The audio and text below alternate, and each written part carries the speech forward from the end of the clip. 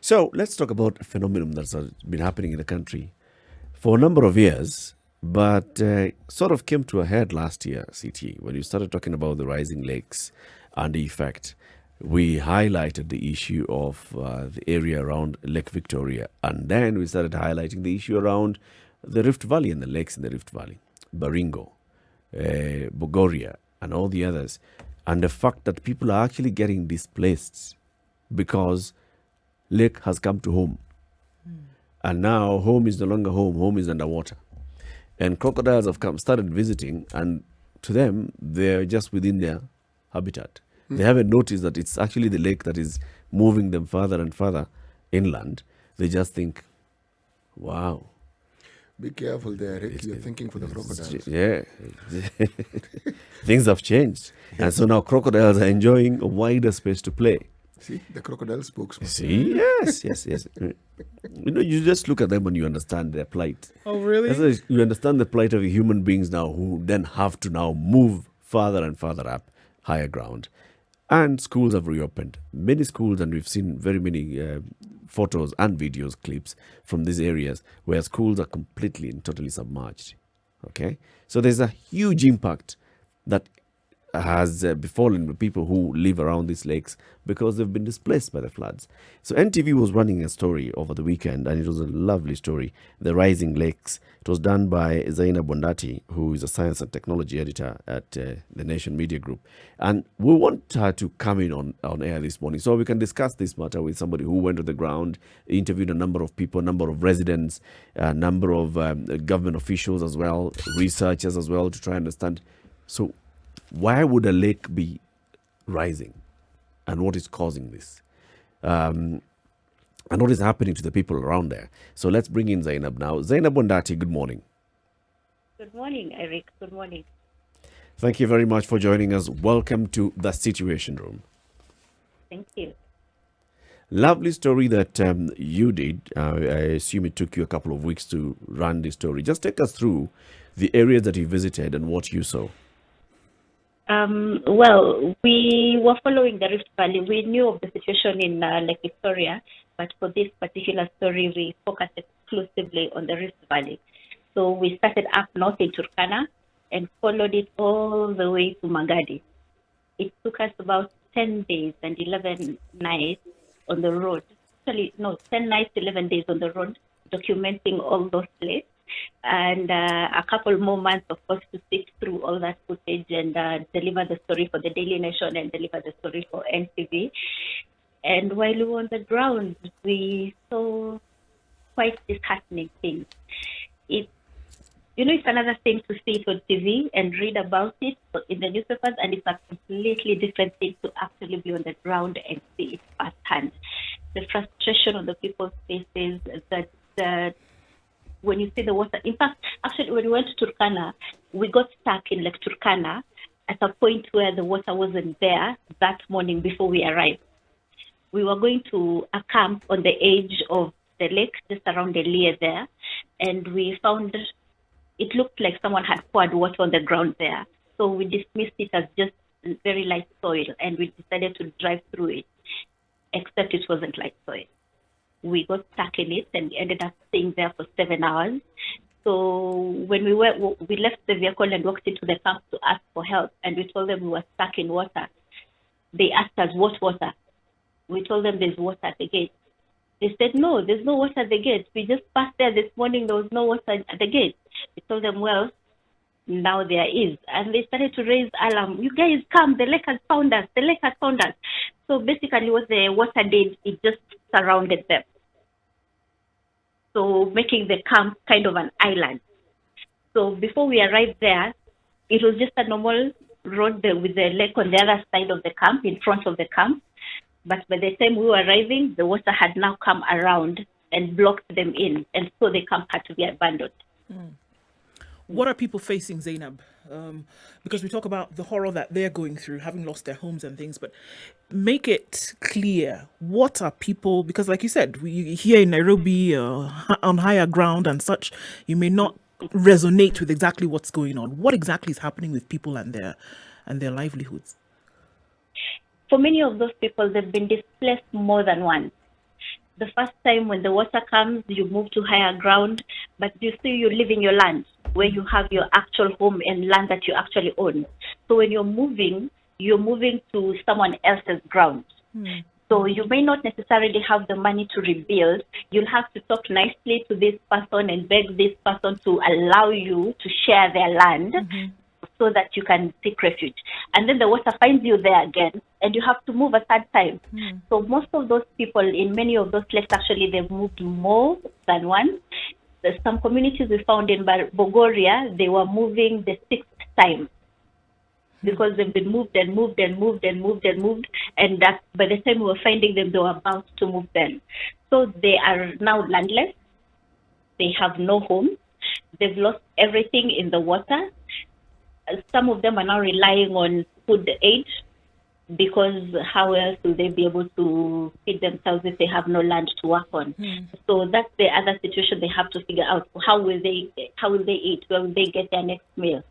And we actually found a family in Turkana that had run out of options completely, and they were now sleeping out in the open. You know, when other people have homes to go into, this family, it was actually a woman and her toddler. Now they have to sleep outside in the open. And then during the day, they go to the lake, find some odd jobs, those trucks that come from Congo to pack fish, try find some odd jobs, whatever money they get, then they can be able to buy food. But they have no money to rebuild their homes. So when we spoke to the government, they told us that's one of the things they have to figure out. How do you compensate these people who have lost land? Because where they've moved to is not land that is theirs. So there's a possibility of land conflict coming up as they try to solve this situation. The schools that were submerged, in Baringo County, at least 24 schools were underwater. And so that means you have to move these children to other schools.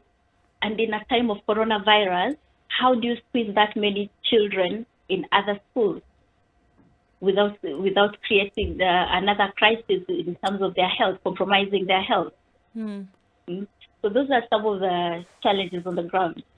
Sure, but something is causing this in a way that it has never happened before, Zeynab. But now looking at the science of it, what is behind this problem?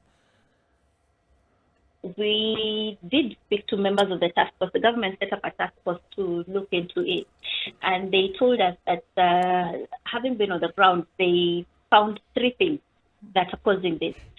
One is climate change, and that was evidenced by the fact that this rising lake phenomenon actually started back in 2010. And as the rains get more intense, the lakes rise and rise. And in fact, Kenya Met says 2019 was our wettest year in history, actually, since 1961. Before 2019, we had never experienced that much rain. And then 2020 came, and we had that Indian Ocean dipole that also made our weather erratic and brought in more rain. And so the lake rose further. So lakes like Baringo is the one that has risen the most, and it's risen by about 15 meters. You can imagine 15 meters, that's a lot. Yep. That's a lot. And in 2020, last year, actually, it rose by 4 meters. So if we look at 4 meters, basically, you know the height of a door? A normal door that you walk through? Yep. Double that. That's 4 meters. So what you're saying is that it has been rising steadily. Yes, since 2010. So that is one cause. Yes, that's one cause. Climate the change. Second one, yes. The second one is landscape degradation. Landscape degradation is things like deforestation, poor farming practices, even major what are they called, infrastructure projects. You know, they have to destroy part of the land before they can actually build something. Yeah. So what happens is you're destroying that landscape. You're creating a lot of loose soil. So when the rain comes, it sweeps all of it into the lake, a water body, into the nearest water body. It's like when you have a cup of tea and you keep adding sugar and adding sugar and adding sugar and adding sugar and adding sugar, it starts to spill at some point. Yeah, so that's the second reason. The third reason, they said well, I've mentioned climate change, I've mentioned landscape degradation. The third reason, and this is only exclusive to the Rift Valley area, is the tectonic movement, the volcanic activity below the ground. Water ideally is supposed to be able to seep into the ground and go and become underground streams and stuff like that. But because of the volcanic activity happening in the Rift Valley, some of those, I could call them holes, that the water would seep through are sealing. So because they're sealing, the water has no way of seeping through. And so it remains there. And then you have this water coming from the catchment areas. It's still no way to go into the underground. So it just rises and rises and rises. So those are the three main reasons. But for the reason of the tectonic movements, the scientists and the geologists we spoke to told us that they still need a lot more research on that to be able to establish if indeed that is part of the reason, or if they misrepresented it as something else. So this is a task force that was set up by the government to establish the cause of this phenomenon, and they came up with a report. Did they also come up with recommendations on what to do then to address this? Yes. Their recommendations, they said, they're also being polished and made situation to situation, because you might make a recommendation while you're sitting in a boardroom, maybe in Nairobi, but then you go to a place like Baringo and say, no, this doesn't work the way it works for Turkana. Yeah. So first, the immediate thing they have to do first is to find money to relocate the school. Okay. In Baringo, they have the exact number of 24, but in other areas, they're still documenting to see how many learners have been affected. But to address the emergency crisis, that is the relocating the schools and feeding the people who need the food, that will cost about 2 billion shillings. Okay. So that's the immediate need that they need to address. They said the recommendations have been done short term and long term. So in the short term, they also need to figure out how to give people medical care, since many health centers have also been submerged. I know. And you know, when you go through those buildings, especially when you're on Lake Baringo specifically, it looks like a scene out of a horror movie, with all those trees that are ideally not aquatic being underwater and having been starved of life, and now they look black, like a fire burnt through them, and then half of that tree is already underwater. And then you're going through these buildings and you're being told stories of what this building was a few months ago before the water came. So you'll find that for many of these buildings, the owners or maybe the people who live there tried to save something. You can't move the entire building, but you can at least save the doors and the windows and parts of the roof. So utaona ni kama imebomolewa, part of it, imetolewa milango, imetolewa madirisha, and maybe in some areas the roofs were removed.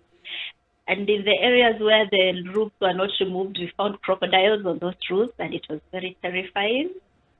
But the people there, they were dismissing it like, these crocodiles are friendly. Tumeishi nazo hii miezi yote, tushazoeana, zitufanyia kitu. Okay. So Yet the government says I they've hear had you saying at that they had 20. domesticated crocodiles. Is that it? No, really. They're trying to put on a brave face, actually, not to be afraid of the crocodiles, because whether they like it or not, their life has to move on. Yeah. Sure. And this life involves the water. At some point, they have to be on the water. You know, So they put on a brave face. this is Lake Baringo, and this is the Rift Valley. And indeed, you have prefaced your conversation well and told us that you are looking at the Rift Valley. I want to take this conversation beyond the Rift Valley, because sea levels are rising all over the world. Yes. Right now, there are at least 11 cities in the world that some are already sinking. Some are destined to sink completely by the year 2050. Some have over 50% of the city or living below sea level. Now, we have a coastline.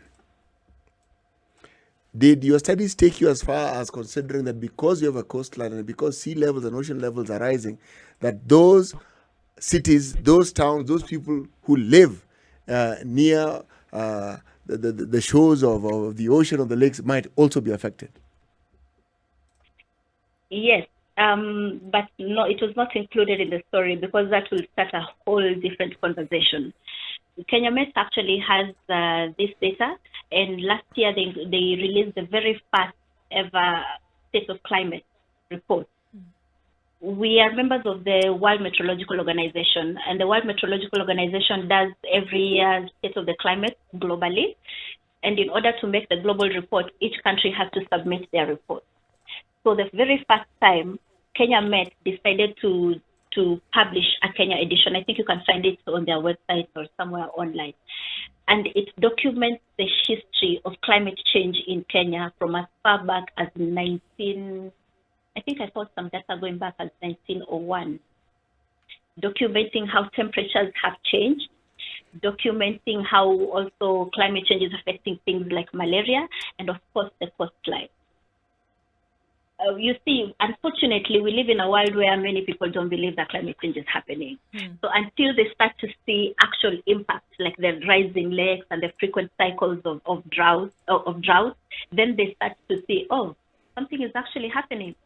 In fact, in the last 15 years alone, we've had 43 cycles of drought. The last 15 years only. And these are not just droughts, floods, kidogo. They are serious floods where you're having stories of people swept away, people dying, livestock lost, landslides as a result of heavy rain. But now to address this issue of climate change, when we spoke to the Ministry of Environment, they told us it would be difficult to relocate everyone. The best that we can do as a country is to adapt and mitigate to climate change. And to do that, we need a lot of money, nearly our entire GDP. We need about 6 to 8 trillion shillings in order to adapt and mitigate. And how are we going to get this money? We are members of the United Nations Framework Convention on Climate Change. Under that UNFCCC framework, we have to come up with a plan of how we will climate-proof ourselves and how we will stop further global warming as a country. We agree we are not responsible for climate change. As Africa, we are not as industrialized as the rest of the world. In fact, Kenya's contribution to climate change is 0.0004%. Yet we are suffering the impact as a third world country. So what we need this money for, how we are going to get this money, once we've submitted our plan to the UNFCCC, how we are going to climate-proof ourselves, then the next thing we do is look for financing through climate finance institutes like the Adaptation Fund, which is a global fund, and also the Paris Agreement actually is trying to compel those developed countries to accept responsibility for the losses and damages that they are causing the third world countries and pay for some of those losses and damage. So Kenya hopes to get 70% of this financing from such places like the first world countries and the Adaptation Fund. And I know the UK High Commission has also committed some money for Kenya specifically to try and solve this problem. So what will this money do? This money will do things like tree planting to fix the landscape, the degraded landscape, which is 1.5 million hectares of land degraded. And this degraded land actually is partly why Lake Magadi is partially drying. Yeah, because we found that very odd. When we arrived in Lake Magadi, we found it odd. Other lakes in the Rift Valley are rising, this one is drying. Right. And it was actually attributed to the SGR project. The SGR and the construction of that Maimahiu Narok Road. Yep. They created a lot of loose soil and diverted some of the drainage when they were building the road. And then when they were done, they didn't return things the way they found them. So when the rain came, it swept all that soil into Lake Magadi. And now part of Lake Magadi is under silt, pushing the water 10 meters below. I have to ask then, in terms of priority, how high on the list? Because this as far as the Ministry of Environment is a front runner in all of this, we have to look at it. A national plan then must be followed. But in terms of a priority, I mean, we have rising lakes and then dry lakes. We have construction taking place where development is happening in the country, but at the same time, the environment is not being looked after. It looks as if it must be a collective effort, and it has to be high up there in terms of priority. Is it? In terms of money, not really. Unfortunately, COVID-19 is taking up all of the resources. So right now, the only priority is the children who need to be in school. That's where the priority is right now. But in terms of everything else, the government is actually counting on you, the citizens, to pull your hands together and ensure that we solve our problems. And this is through, actually, parts of the plan are already being implemented through the Ministry of Agriculture by encouraging farmers to do climate smart farming, where you adapt your land to use as little water as possible, and also ensure that you have drought tolerant animals on your land. And now the Ministry of Environment told us that they have compelled every single ministry to ensure that they have a climate change unit. Paula, Sorry. That climate has changed rather suddenly, hasn't it? Yeah, it seems. So they told us every ministry will ensure that they have a climate change unit. And the job of this climate change unit is to look through every project that the ministry is going to undertake and assess the environmental impacts of those projects, and how then the ministry can ensure that the environment is impacted as little as possible. And I'm assuming here they were targeting mostly the infrastructure ministry. The conversation continues right here on Spice FM, on KTN Home and online, Spice FM KE, YouTube, Facebook and Twitter. So we are seeing the swelling lakes, especially in the Rift Valley region. And a number of people have been displaced. Over 10,000 people have been affected. In Baringo County alone, 24 schools, 12 health centers submerged, roads underwater. Some places where actually you've seen the footage and the photos where this is a clear road, and then you see water, and then you see road on the other side. And in between here, you're seeing boats and crocodiles. And this is happening right here in the Republic of Kenya. And the conversation is not really much focused on exactly what's happening to the plight of these people. And that's why we have journalist Zeynab Wandati, who did a story on this, spent a number of days and nights traveling from all the way from Lake Turkana down to Lake Magadi and seeing what's happening. Lake Magadi drying up. Another one, Lake, what's the other lake that's drying up? Lake Kamnarok drying up. And then there are those lakes that are swelling, which include Bogoria as well, right? And there's a danger of two lakes that are mixing, one a freshwater lake and another is a saltwater lake. Just tell us about that and the danger that this poses. Baringo and Bogoria are close to each other, about, I think, 15 kilometers apart. But scientists are telling us that now they think those two lakes have merged underground. Bogoria is saltwater, Baringo is freshwater. You can imagine the ecological disaster that will happen if the two lakes actually do merge. What would happen? Tell us about the ecological disaster, yes. Because of the theories that the lakes have already merged underground, it has affected the flamingo habitat on Lake Bogoria, such that the population of the flamingos has dropped drastically from 1.something million to now just about 100,000 flamingos. Wow. That's on Lake Bogoria. It is also said that Lake Oloiden and Lake Naivasha have also merged. But the scientists have said in order to actually prove this and to determine the exact scope of disaster that will happen, they would need to drill to establish where because you see the merging is not happening on the surface where you can see. It's happening underground.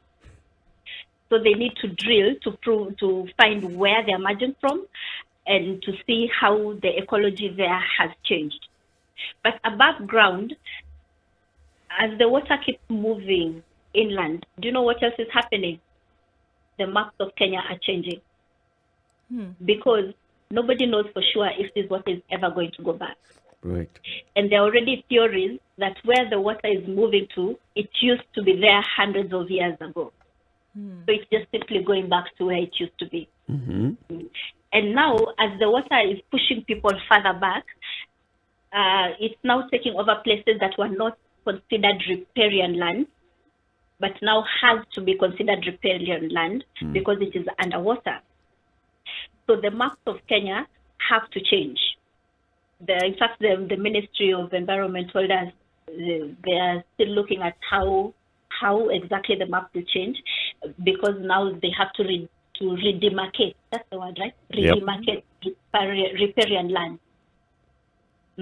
And while you do that, that means you have to compensate these people you're pushing out. Where are they going to settle now? All of their land. In fact, we met a family in Bogoria that has lost about 30 acres in total. Every single time they get displaced. Now they are living on borrowed land up in some hills. And even up there in some hills, they managed to buy about 5 acres that again went underwater when River Subukia started to encroach on their side. So if we look at the counties that have been affected so far, just from where you visited, so we have Namanga, that is not Namanga, but Magadi, that's Kajiado County. Magadi is Kajiado County, yes. Then we have Nakuru County, we've got Baringo County, we've got Turkana County. Do we have West Pokot touched somewhere? West Pokot actually got saved the worst of it because of the Torquay Dam. Right. They had estimated that it would spill. For the first time in history, the waters rose to levels higher than they've ever seen. Yes. Ever since the dam was built, they never anticipated the water would rise so high. And in fact, inside the dam, the way the dam is built, in part of the floodplain, there were people living there because it was dry land. Yes. They never thought that the water would come to them. But now when it started to rise and ikabaki to 1.8 meters ianze kuspill, hizo nyumba zote zikamezwa na maji. So West Pokot has a number of villages living around the Turquay Dam. It's a protected area actually. Many of those villages lost homes, but not so many. They lost, I think, the village elder told us about 40 homes there. So they were spared the worst of it. While like Baringo, actually Baringo County took up the worst of it. In the story, if you remember in the NTV story, I mentioned a village in Bogoria that had lost nearly 300 homes. Actually a town. Those are 2 entire villages that were swept away. So entire villages swept away, towns affected. What when you were down there, what did you see the effort of the national government and the county governments in at least addressing the plight of those people who today are affected? Unfortunately, we didn't find any. In Turkana, we did find a community-based organization that was trying to do something. If they can't move the people, the most they can do is bring them food and bring them clean water. Because remember, as the water is submerging your home, it is also submerging toilets. Yeah. And therefore contaminating your source of drinking water. And that exposes you to things like cholera. So the people, the affected communities, they need fresh water and they need food. So we met a local community in Turkana that was trying to send water to communities. We couldn't tag along with them, unfortunately, because some of the places we were going are considered security risk. Areas like Todonyang there, that's where they were taking water mostly. Zaynab, when you say there was no county or national government activity, was that on that day or non-existent? What are we talking about here? Baringo County told us that they will need resources they need help actually from the national government in order to actually do something. But they did say they were giving relief food to people who need it. But you see, relief food alone is not enough. How long will you sustain that? Do you even have the money to sustain it for as long as necessary? Because these are people who need new homes. Besides needing food, they need healthcare. They need new sources of income because they've lost their job. Yeah. what's the most you can do as a county government. So, as you spoke to the people So they did. themselves, had they been engaged by the government at any level on what then is going to happen to them in terms of, so here you are today, this is where you can stay. We are going to provide sanitation, we're going to provide food, and this is the frequency with which we're going to be giving you food and water. And then going forward, we can start having a conversation on what we can do to help you regain your livelihoods. Did you get any feedback from the people on that? Unfortunately, no, we didn't actually meet a group that said, this is what I got from the county government. They were all telling us, ni hivi tumejipanga wenyewe, ni hivi tumesaidiana kama majirani. You know, nobody was saying, serikali imenifanyia hivi, serikali imenifanyia hivi. If anything, they keep telling us, we need the government to do this for us. The only place we actually did get to feel the government was in Kamnarok, when remember the lake in Kamnarok is bleeding. So the community there told us of the efforts the county government tried to do to save the lake from bleeding, and we did see the dikes that they tried to build, although at the time when we were there they were already demolished. We did see that. And why were they demolished?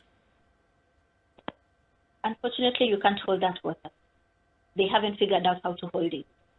Every time they build dikes and try to stop the water from leaving the lake, it figures out a way to demolish those dikes and keep moving out. One would ask then, are those dikes, put it this way, let me ask the question. The engineering thinking, because this is an engineering feat, has it been adequately looked into? Why I'm asking this is, if you look at a city like, say, Jakarta was built on a swamp, all right? Now, it is being stated that over half that city is already under sea level. They have walls, okay? They built walls, and they haven't lasted a week. They've lasted years. That prevents seawater from actually getting into. Now, if indeed one wanted to stop the water from doing what it does best, all I'm saying is that there are ways in which it can actually be done, because it's been done elsewhere. But the question I wanted to ask you wasn't this. This was just a by the way. When you said that the Ministry of Environment has ensured that every other ministry gets to understand the need to understand the backlash, I'm calling the backlash deliberately, of climate change, what are the efforts that they've made the Ministry of Education? Because that's where I think the influence should begin. Are we making climate change something? Because I think it should be a mandatory subject that children are taught in schools. Because even as they're learning in primary school, as they get older, this is something that's going to be their normal life going forward. These things that we're considering to be catastrophes, many of them will find this as a normalcy. Do you have any indication as to whether they have included the Ministry of Education and have had discussions about possibly ensuring that this is part of the curriculum? They didn't tell us that, but they did say that each ministry is now assessing its needs in terms of climate change and how it will be scaled down into all of the activities. But if you move away from the national government and just come down to the county government, you may not know this, but some county governments actually have a climate change plan, and they've actually set aside funds for it. Counties like the counties in the Asol region, the arid and semi-arid counties, they have a climate change plan, they have a climate change committee, and they have a climate change fund. Makueni County, I think it's 2% of their budget. Isiolo County, about 1.5%, 2% of their budget. So what they do, they haven't really put it as part of their curriculum, but what they do, they build committees drawn from each county ministry, including the education county ministry. So they all sit down and they assess their needs in light of climate change, which are individual to their county. What do they need? What are their biggest needs that they need to address as a county? What does education need? What does the environment need? What does agriculture need? And then they come up with a budget, and then they disburse the funds to each ministry. Interestingly, I haven't heard yet of what the ministries of education are doing, even in the county level. Mostly you hear of the Ministry of Agriculture. But for Isiolo County, they did tell us that even though it's not exactly part of their curriculum, the fact that they live in a climate vulnerable environment has already exposed these children to the impacts of climate change. So when you start to tell them, even if it's informally, what they can do about it, they're already receptive.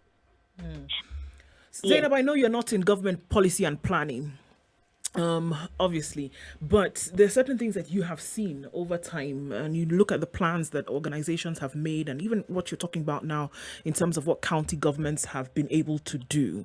And it would appear that you really know the regions in which we reside here in this country, the ASAL regions. You know that there are certain parts of the country which are susceptible to some of these environmental changes.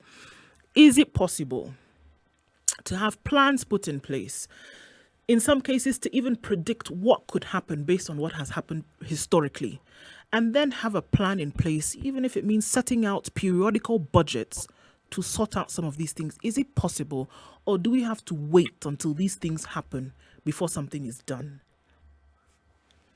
It's always possible to predict the climate, and I think which is why there's that climate change, the UN climate change framework, because the science is telling us that if we don't do anything about climate change, then we are going to hit 2 degrees, 1.5 degrees, 2 degrees warming, and we need to limit it to at least 1.5 degrees in order to make the world habitable. But if you look at Kenya specifically, the fact that Kenya Met is able to actually publish a report means they have the data. They have ways of predicting the data. In fact, actually, Kenya Met, is a very respectable organization across Africa. I don't know why Kenya partner Wadarau, when they tell us it's going to rain, we don't pay attention. But they're actually a very respectable organization across Africa. Many African countries actually rely on them because they have very high-tech equipment of predicting the weather. And when I was reading the State of Climate report for last year, they told us Mombasa, Eldoret, Kitale, and I think Mandera are on a kind of a watch list in terms of temperature changes. For Kitale and Eldoret, because it's becoming too wet for maize farming. Mombasa and Marsabit are becoming too hot. In places like Nyandarua, the nights, which are usually very cold, are now becoming very warm, and they're hitting records.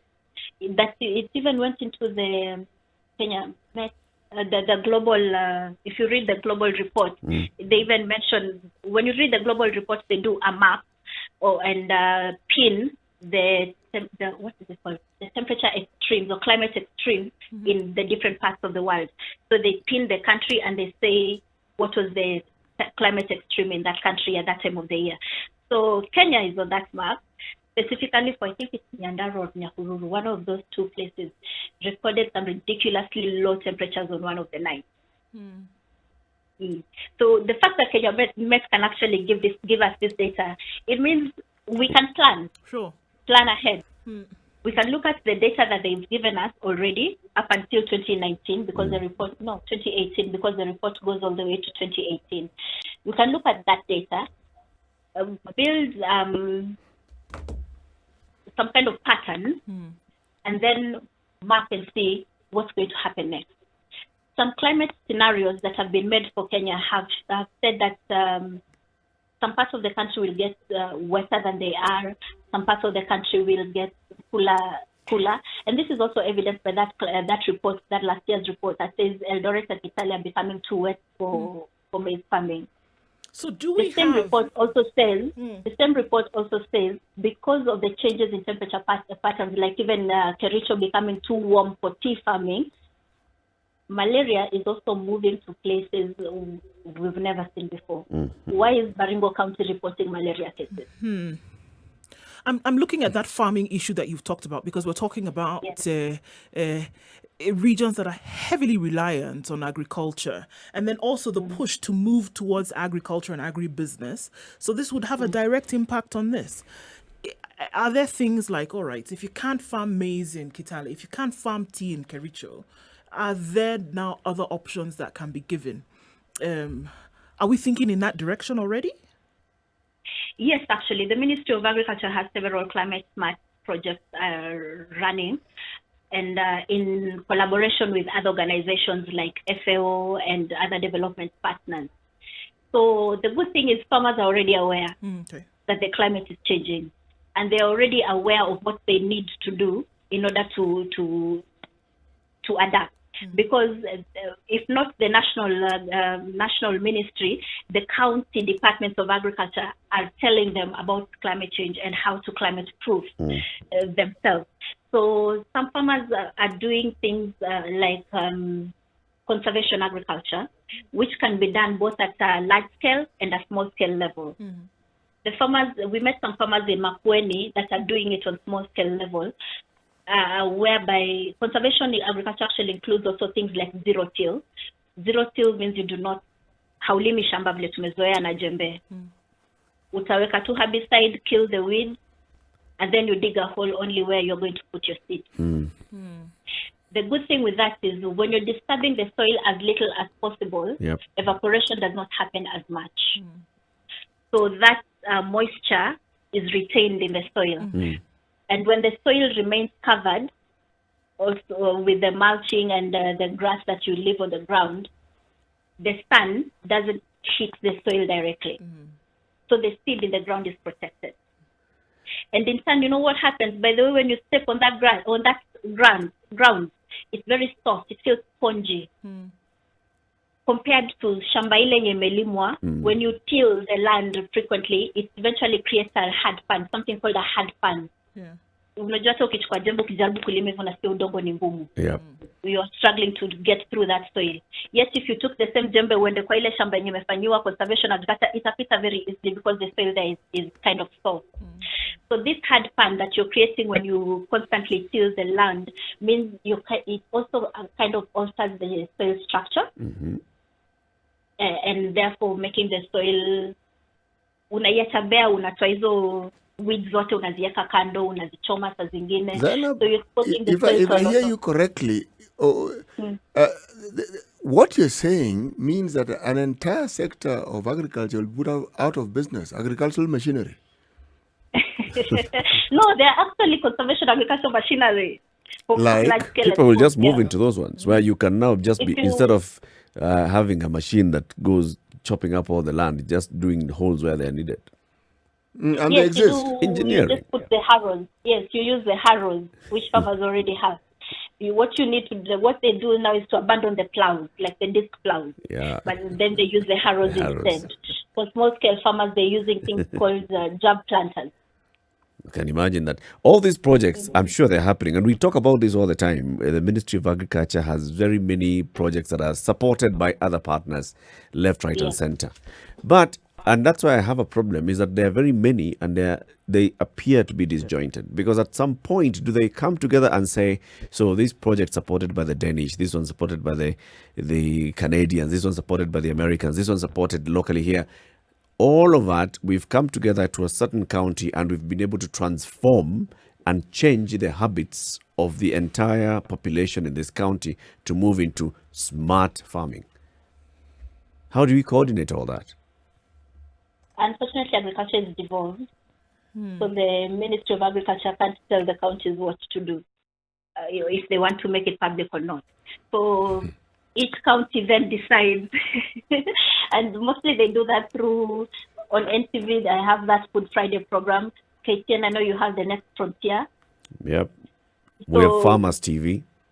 Yes, you have Farmers TV. So these are the things that they use to communicate to farmers. And also there are so many mobile apps that send farmers information. So the good thing, at least farmers are not working in the dark. Okay. Zeynab, we want to thank you very much for joining us this morning and for telling us what you saw on the ground as you went around the country from Turkana all the way to Magadi and seeing what's happening in the lakes. Some lakes are drying up, others are filling up. All in all, the net effect is that people have been affected. There are people who've been affected, people who require assistance today, where the government needs to put in place programs for now and for the future so that we can address all these issues. Asante sana, and we hope to speak to you again soon. Thank you, and look out for more coming soon on NTV. We are not done yet. Thank you. Zeynab. Thank you, Zainab. This is the Situation Room, the only way to start your day.